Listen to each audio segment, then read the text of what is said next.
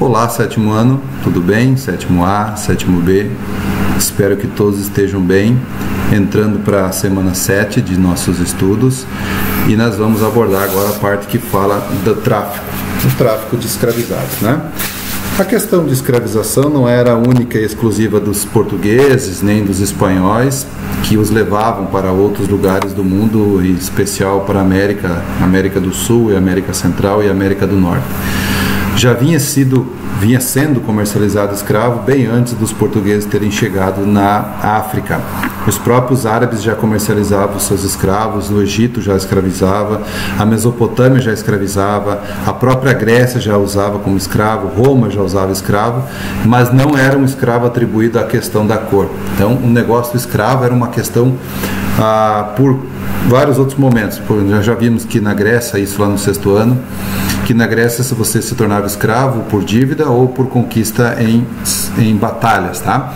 Então, quando os escravos começaram a ser negociados pelos portugueses, sendo levados para a América, houve um interesse muito alto por esse tipo de comércio, porque a rentabilidade era muito alta, né?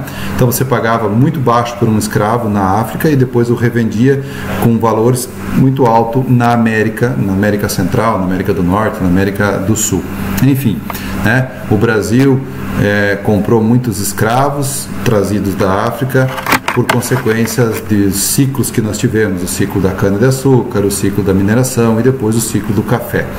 Esses ciclos, os 3 que mais foram importantes, eles utilizavam muito a mão de obra escrava e era um negócio extremamente lucrativo, né? Você teria 100% de lucro num processo que você não precisaria gastar nenhum centavo, ok?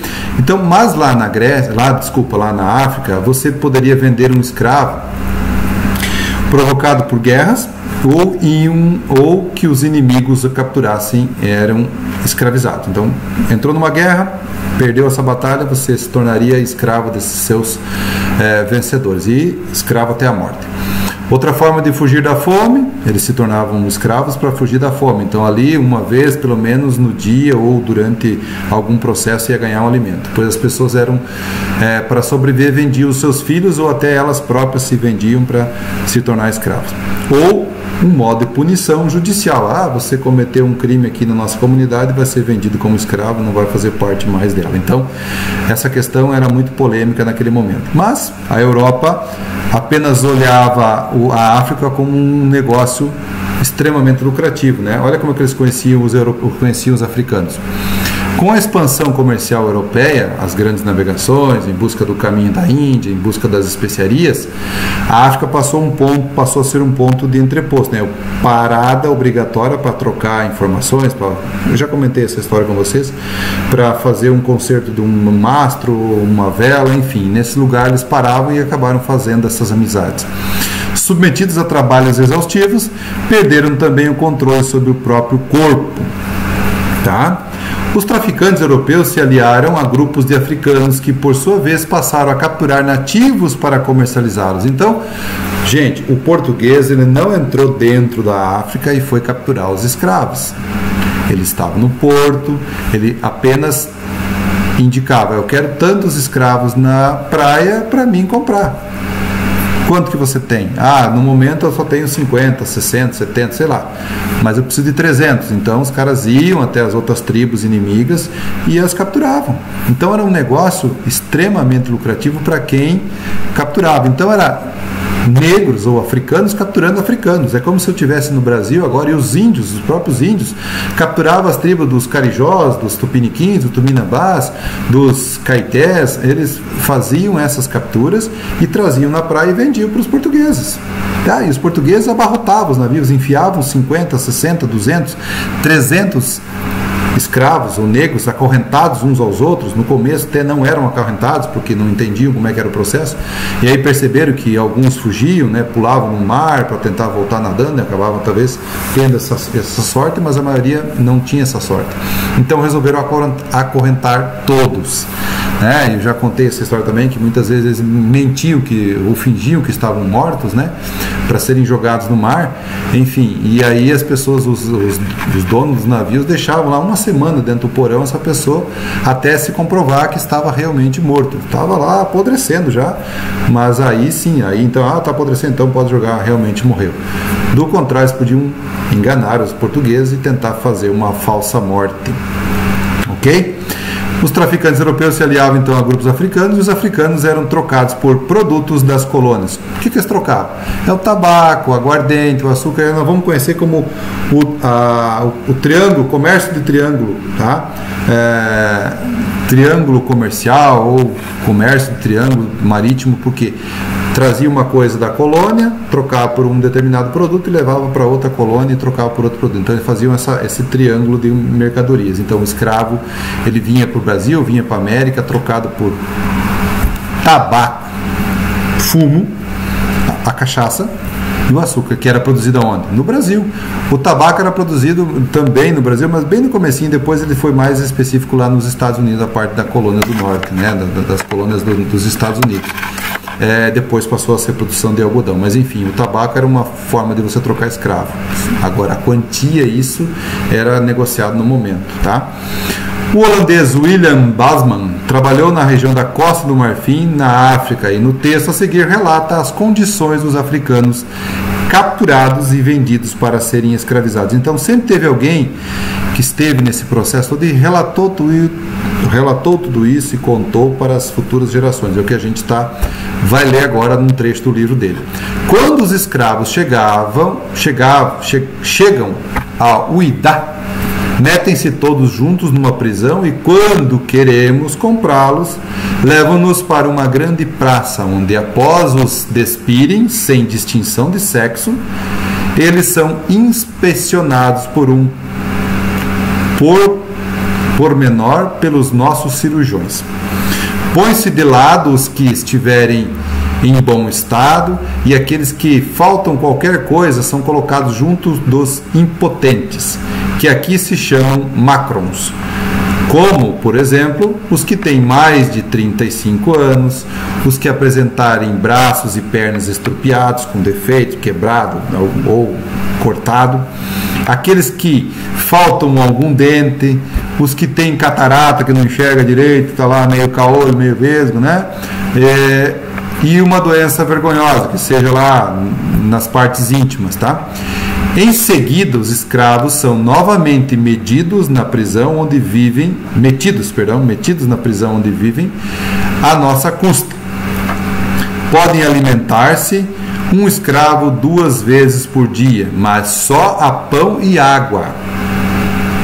Então aquela questão que eu falei, que se submeter a serem escravos é para sobreviver, porque aqui pelo menos vai ganhar pão e água.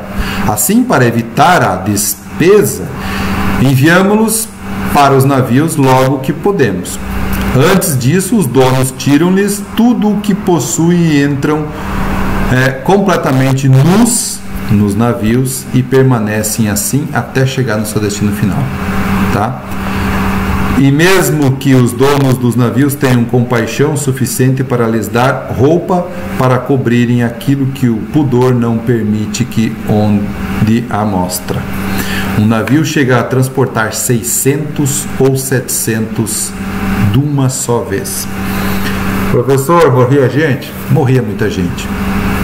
Pô, cara, um navio em alto mar, calor escaldante, não tinha ventilação muito apropriada, não tinha janela para entrar a maresia do ar ou refrescante do ar, né? Então ali estavam enclausurados dentro de um ambiente fechado, acorrentados, sem muita mobilidade, sem muita movimentação.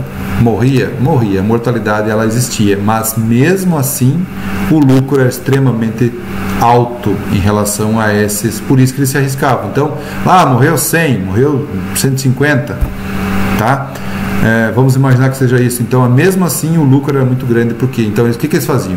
Eles colocavam bastante para morrer e mesmo assim ter um lucro. Chegava no Brasil, chegava na América. Então, aqui está mostrando nesse desenho, está muito compadecente com essa situação. Eles não eram tratados tão bem assim, não.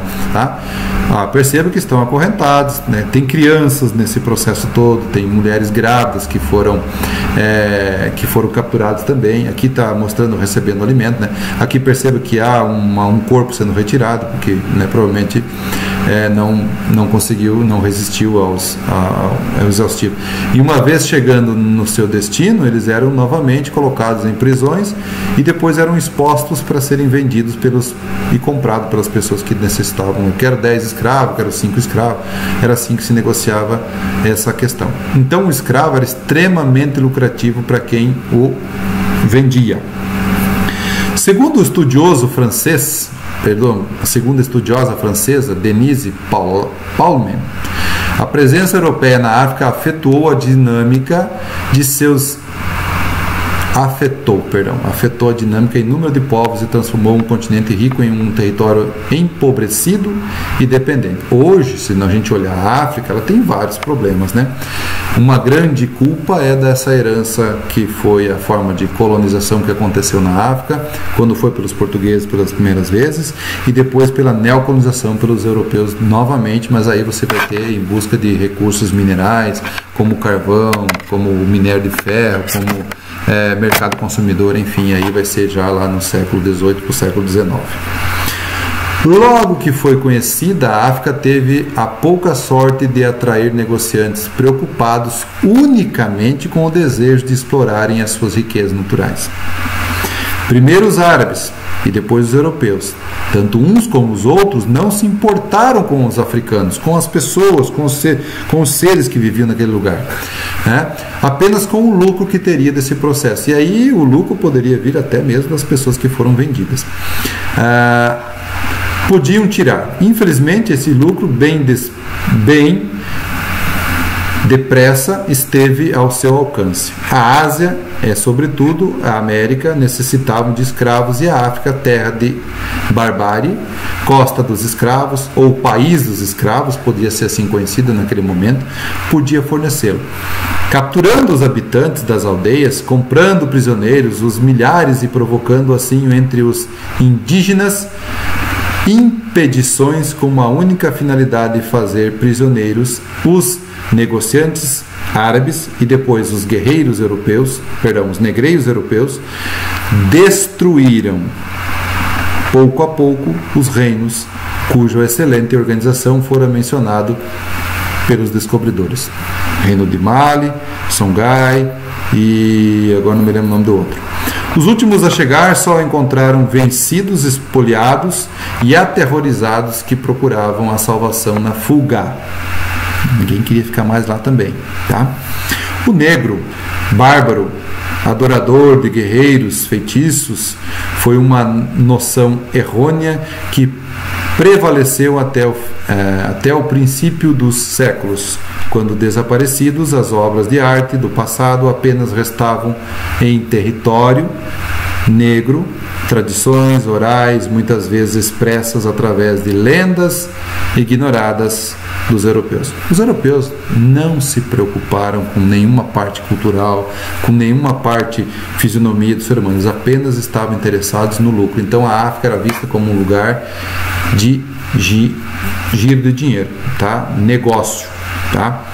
Diferente do que talvez seja hoje, né? Hoje a África tem várias outras opções de poder conhecer a África em si, né? Mas ela tem problemas sérios e que vai demorar muito para se resolver, que é a questão de organização, de pobreza, de doenças, enfim, tem uma série de coisas. Tem coisas boas? Claro que tem, mas ultimamente está bem complicado para os africanos. Qual eram os interesses dos negociantes europeus que se dirigiam para a África? O interesse era o quê? Esses negócios queriam comercializar riquezas naturais africanas como metais preciosos, ouro, pedras preciosas e diamantes. Então esse era o interesse. Interesse em negociar riquezas naturais. E aí você vai colocar o ouro, pedras preciosas, diamantes e enfim o sal e o marfim.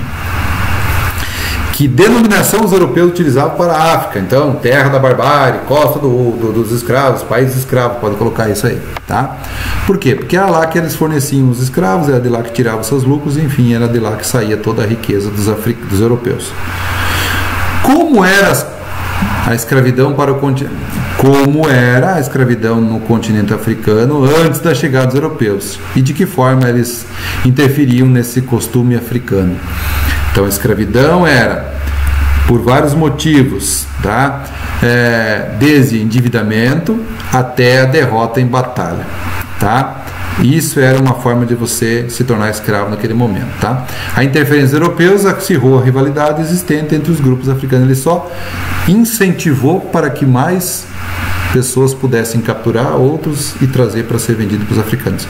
Ele só aumentou essa rivalidade, essa busca incessante pelo escravo, pelo lucro também, né?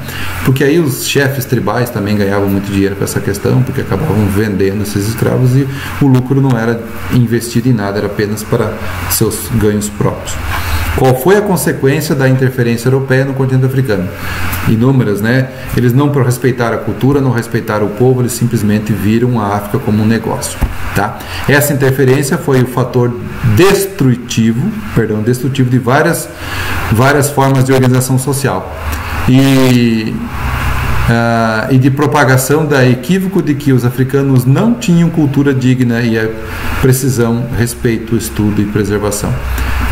Não respeitaram, chegaram, colocaram a imposição que era capturar o escravo e ali ficou essa ideia. Ninguém mais queria saber de que o africano tinha cultura, o africano tinha as suas ideias, seus pensamentos, ninguém respeitou nada disso, tá?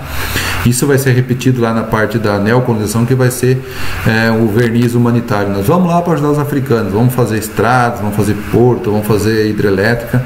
Na verdade era tudo interesse particular das empresas europeias que estavam retirando recursos minerais daquele país novamente.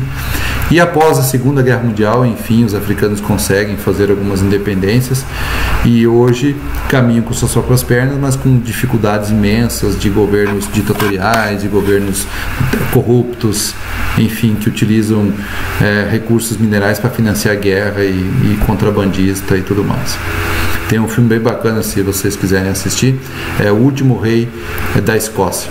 O Último Rei da Escócia conta a história de um país da África que é governado por um ditador, e isso foi baseado em fatos reais, tá? Vai lá e assiste, o filme é bem bacana. Contato entre portugueses e africanos na costa da Índia. Essa parte a gente vai deixar para a próxima aula, porque aí senão vai ficar muito extensa a nossa aula, beleza?